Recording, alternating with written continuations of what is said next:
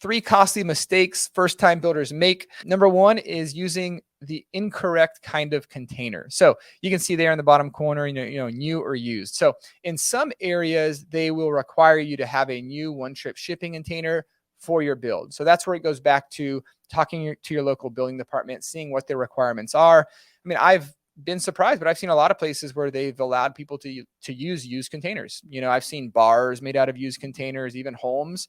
And so it's just one of those things. You don't want to make the mistake of buying 3 used containers for your build, and then you start getting them all ready and you find out you couldn't use them. So you do want to do your homework there. From my experience, I would just get a new container anyways. And I'd get a high cube container, which is a foot taller. So it's 9'6" instead of 8'6". And the new containers are also referred to as one-trip containers. They just come one time from overseas.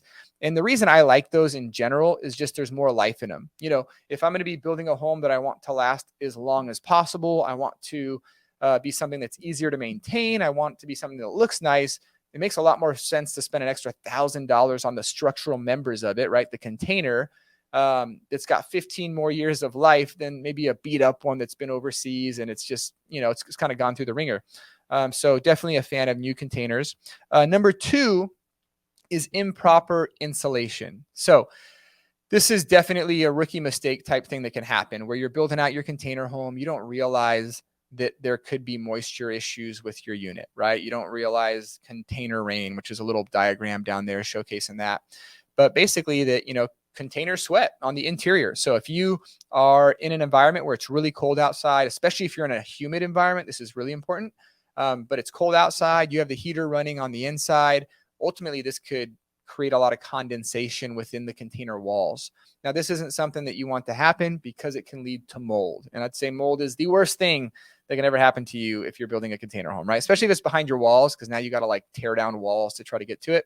So in order to prevent all of that, you just want to use something like a spray foam insulation. Now, there's other things you can do, but most common practice within the container home industry is 3 inches of closed cell spray foam. And what's going to happen is it's going to create a vapor barrier, and it's not going to create those issues with sweat like you otherwise would have. So lastly, number 3, in terms of costly mistakes, is interesting design. Now, I love interesting design, so I'm all for them. But in terms of budgeting, you just want to be aware that sometimes the more crazy of a design, the more expensive it's going to be, right? So like this one down here, I think they call it the Starburst home. I believe it's just a rendering. Now, this one looks amazing. It looks really cool. But I will say it will be very expensive, especially because they plan to do it in Joshua Tree where the regulation is really high. So all that to just say, you just want to be smart with how you design containers. Containers are already designed a certain way for a certain purpose.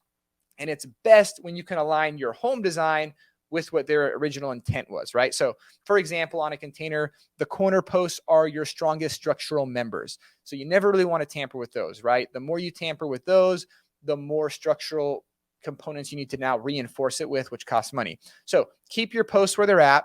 Now, when you're combining containers, there's a level of creativity you can have with that. But usually for designs, I like to go corner post to corner post. It allows you to easily connect them, and it allows it to give it that kind of rigidity that you're going to need. And then when you're stacking, I like to go corner post to corner post. Now, of course, you can cantilever and you can do all of those things.